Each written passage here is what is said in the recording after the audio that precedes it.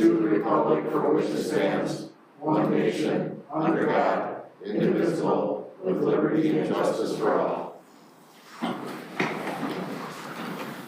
Call order roll call, starting on my right. Councilperson Josh Arn. Councilperson Brett Byer. Mayor Jimmy John King. Councilperson Jeremiah Legend. Looking for approval of tonight's agenda. Do we have any additions? Nothing that was not noted this afternoon, or past that, I should say. Anything here? Look for a motion to approve. We'll make a motion to approve. Second. Second. All in favor say aye. Aye. Opposed? That carries. Approval of council meeting minutes. January 12th, 2021. I'll make a motion to approve minutes. We have a motion to approve. Do we have a second? Second. Questions or discussion? Hearing none, all in favor say aye. Aye. Opposed? We'll take us to finance and budget. We've got the accounts payable with the additional listing there. Any questions, please direct them to Finance Director Carla.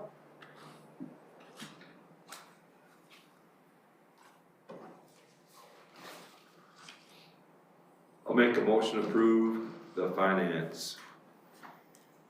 We have a motion. Do we have a second? Second. We have a second. No discussion or questions, all in favor say aye. Aye. Opposed? That carries. That'll take us into motions and general business. First item tonight under motions and general business will be, we have a visit from our first American insurance agent. Alicia? Good evening. Give us I'm a Alicia brief- Nelson, if you haven't met me before. I've come to discuss good news tonight.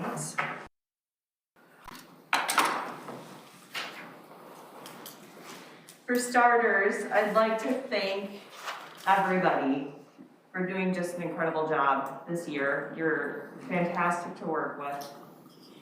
You're doing all the right things. The numbers definitely prove that to be the case. I want to thank you for taking advantage of the online safety webinars that the League of Minnesota Cities offers.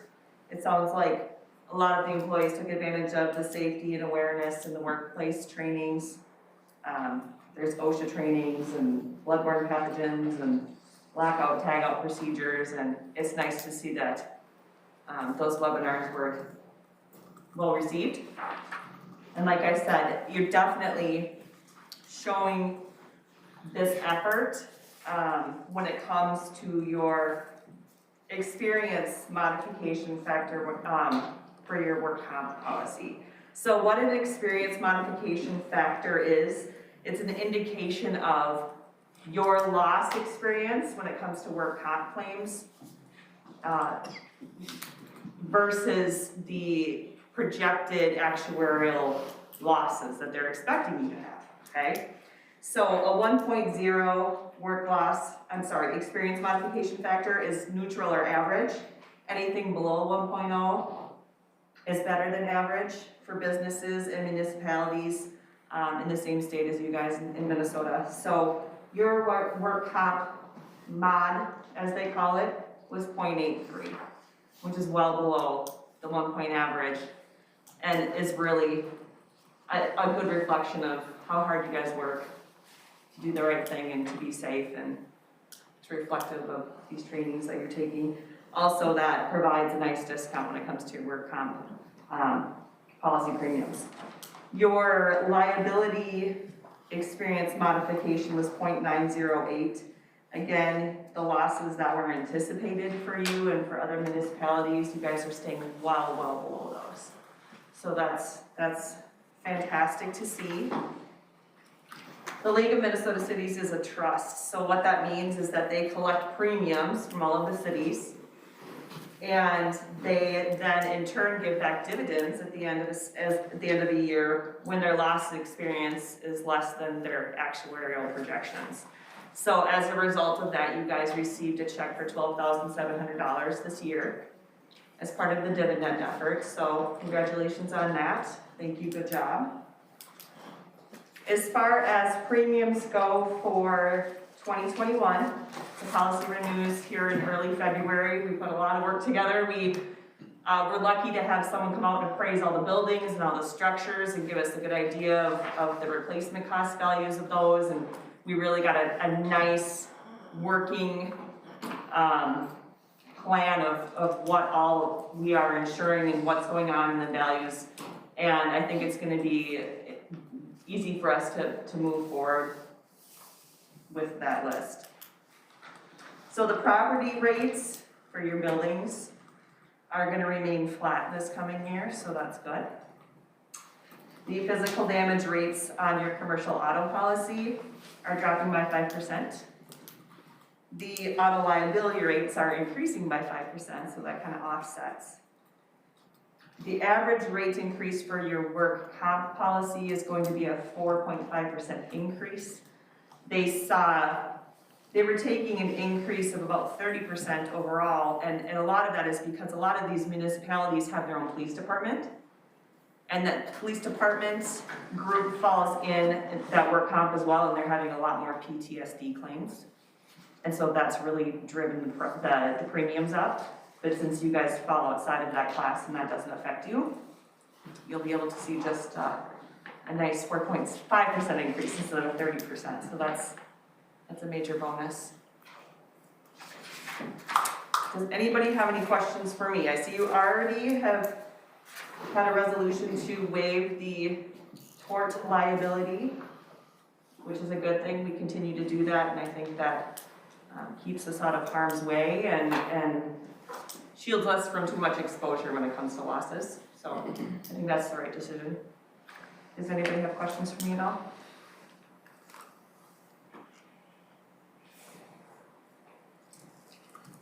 You must be doing such a wonderful job. You know, you guys just make my job easy. I really enjoy working with you. Well, we really enjoy working with you, and a very quick response. I hear you always get back to the folks when they call you and stuff like that, and it's wonderful to hear that. So thank you for It's reciprocal. keeping up You the guys good are job. quick to get back to me as well.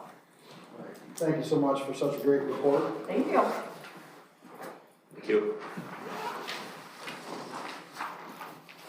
All right, that will take us on to barricade tennis courts. You don't want to stay and go over it? Let's see. Updating courts, name, pickleball and basketball.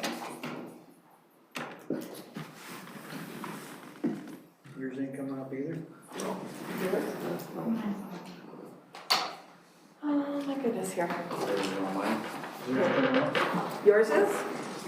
I got this one, I got a big one. Thanks, Josh. Yours is The second, there's two of them on there, the second one. Oh, there's two of them? We received bids from Surface Pro Court Surfaces and Repair Incorporated and American Systems of Wisconsin for our tennis courts.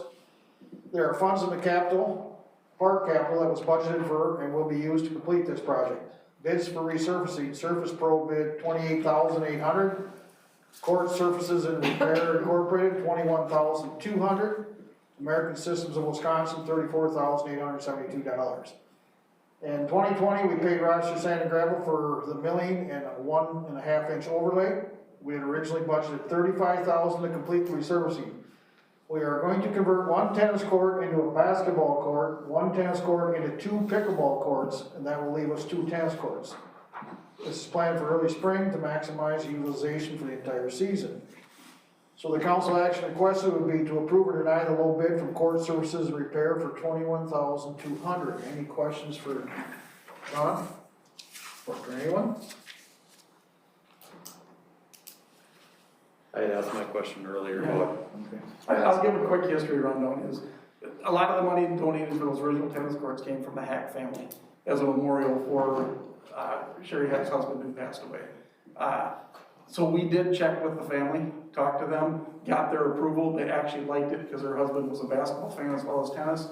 And the demand for 4 tennis courts out there, with the school having 8, we felt it was best utilized. And pickleball is an upcoming thing that is gaining popularity. And SYBA has agreed to pay for the basketball goals to go there. So that's a cost that won't be to the city on that. We'll pay for the pickleball standards. I have the pricing on those as well. We're not going for those at this one. We'll do that the next meeting. We'll get the surface approved this time. So it would be, and that, I gave you the layout of what it would look like in the picture there. Similar to that, the distances might not be exactly the same, but it'll be very similar to that. So, and the reception as far as converting it to basketball and 2 pickleball and 2 tennis courts has been very well received as far as I can tell. Our board's on board with all that? Yeah, I think this has really been in the works for kind of a couple of years, from, a few years ago, just deciding what to really do with the tennis courts out there, because they were starting to fall into disrepair. I feel like this is, everyone felt like this was one of the better options to go with, so. The original bids came in for them to come in and do everything, it was like 120,000. And then by us taking it over and doing a lot of it, it cut it down, it's gonna be 50-some thousand instead of $120-some thousand. So, and we can get it all converted into a more usable play feature. Sounds great. Do we have a motion then? I'll make a motion to approve. Do we have a second? Second. Do we have a second? All in favor, say aye. Aye. Opposed? That carries. Next item is MetroNet, letter of agreement. We have this morning the staff met with MetroNet team regarding expansion into Stewartville. Initially, it was their hope to proceed with a letter agreement versus a franchise agreement. Language in the current franchise agreement with Charter Communications, we are required to enter into a formal franchise agreement. Due to the timing of approving a franchise agreement and in order to move forward with the design layout so the city staff and the city engineer can review the plans, MetroNet is asking for approval of a letter of agreement, which will initiate the start of the design process. At the same time, our city attorney will be working on the franchise agreement document and will begin the process of starting the 30-day review window as required. So staff is seeking approval to proceed the letter of agreement, giving City Administrator Schimmel the authority to negotiate or sign this agreement in the interest of time. And it was all attached, I hope you all had time to read it. Yeah. So the council action request would be to authorize City Administrator Schimmel to negotiate and enter into a letter agreement with MetroNet. Now, do we have any questions, or Bill, would you like to expand on it a little bit? Yeah, the letter of agreement will be like the forerunner to the franchise agreement. And the franchise agreement will have all the final language in place to protect the city and to authorize them with the go-ahead for the new service. MetroNet did acquire Jaguar.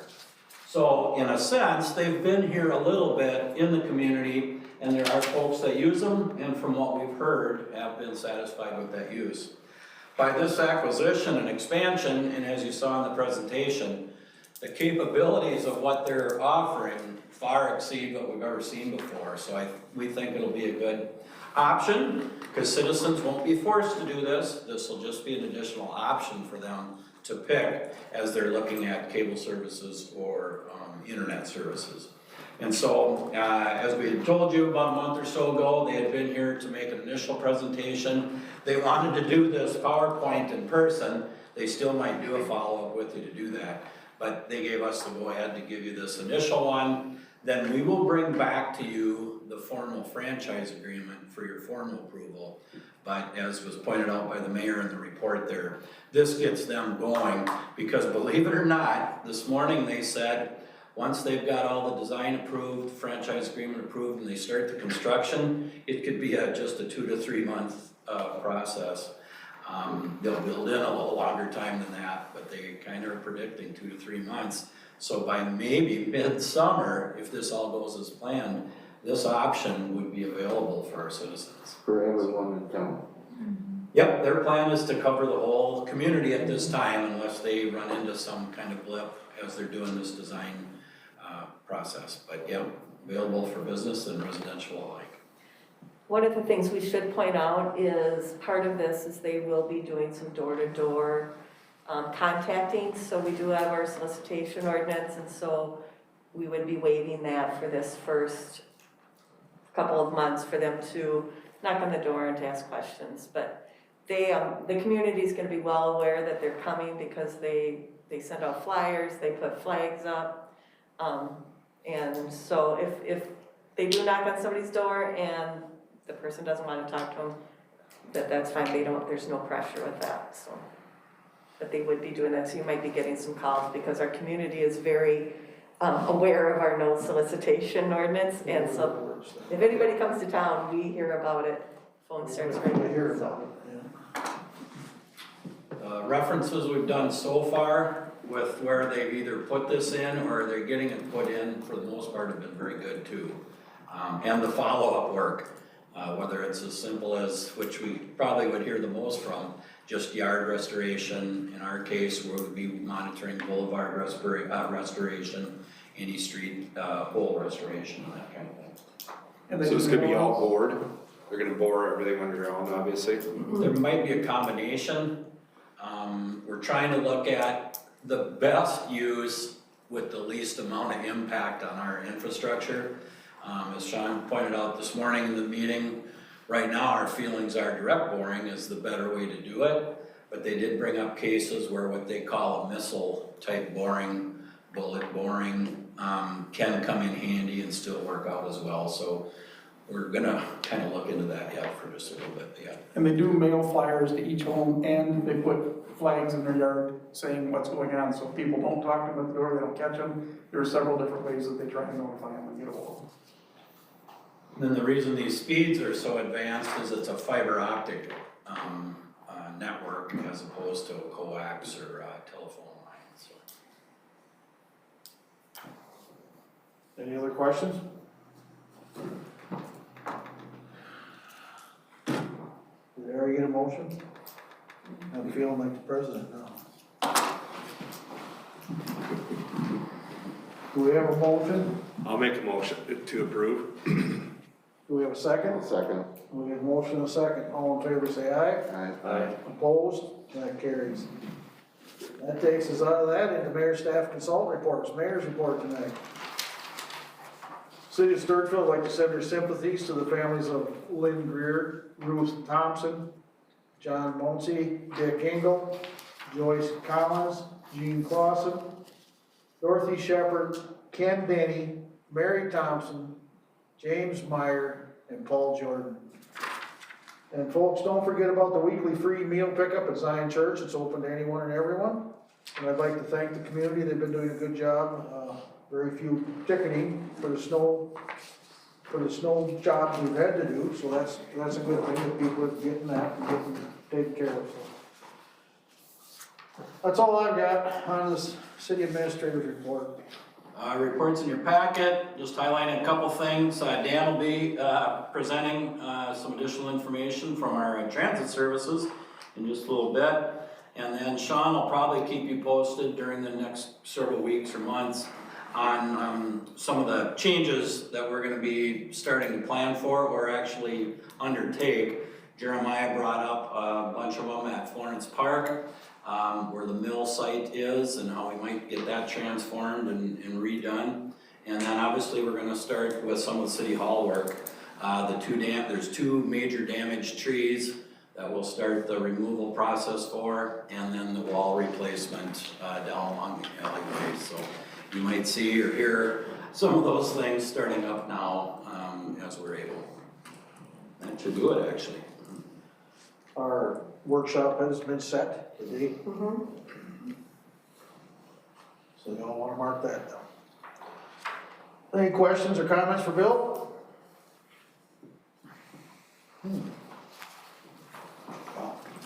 Thanks. That takes us to the finance director, Carla. Just working on trying to get everything closed out, ready for the auditors for 2020. Budgets are loaded, everything is going well for 2021. Just kind of rolling along. Any questions for Carla? All right. Public Works Director, Sean? Got a report in there, also a couple things, we do now have the Rockstar plow truck that we waited so long for. And it has been, we've used it the last couple of snowfalls, and it's worked out really well. Very happy with how it turned out, the guys really liked it. Next thing is the maple tree that's out here at the entrance coming up the walkway that's half dead in the middle and it's been chained together for so long. Tomorrow will be its last day. So we will be removing that with intentions of replacing a tree there in the spring. So we had talked about that previously. I don't like to see trees, but it's dead in the middle and it's really needs to probably go. So playground base materials and all the playgrounds, we've ordered, the fibrous material that they put in the bottom of that to help with that, so that will be coming in. Cameras have been placed at the tree dump, but they are having issues, and they'll be here next week to straighten those issues out. They couldn't get them working today. They'll be here to work on that next week.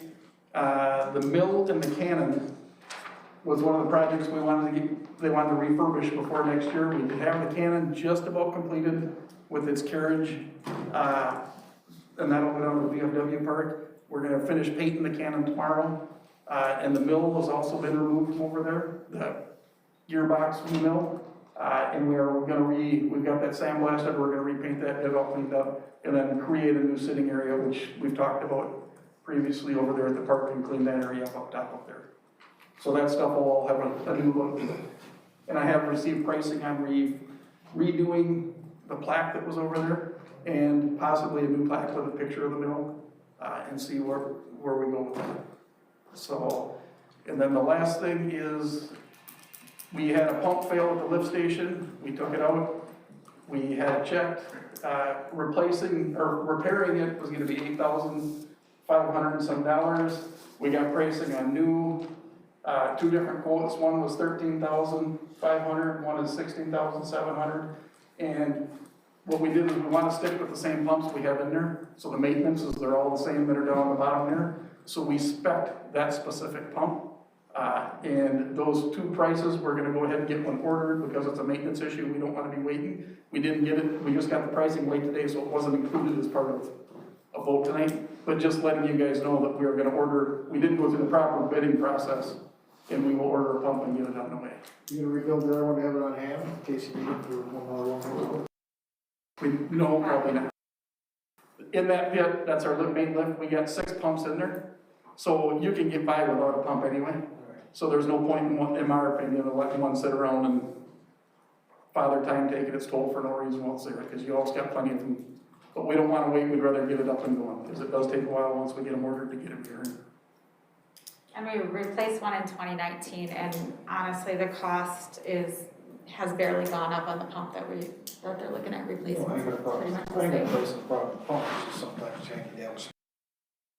For certain If things. if you had something where it was just 1 or 2 in there, that'd be one thing. But, you know, they in, so if you have high flows, it kicks in for those high flows to help out. So there's enough there to ride out without it. But I don't wanna go along any longer than we have to without it. Hey Sean, what's this, GPS to track the, talk about that? That was part of the, effort with SEH on GPSing and our entire park system, building an app that, it'll be part of that app, and our guys are the ones doing the GPSing. So, Ben's been out running each trail, doing the bathrooms, and when it gets done, it pulls up an app, you'll be able to pull up and see what people that are walking the trails can know where a bathroom is, can access all that stuff off an app. So, Any other questions? Everything's looking good, Sean, the streets are looking good, everything else, so the guys, thanks. thanks. All right, that'll take us to city engineers report, Jenna? All right, well, we're working on designing for the sewer extension still, looking to get those plans done, but no street project that we're designing. With the engineers for developers for the 2 outlets also that are being designed to be built this summer, so a little effort being done there, so. But things are moving ahead. Any questions for the engineer? All right, thank you, Jenna. Library director, Nate, you got a report for us? I sure do. Greetings from the kids' table.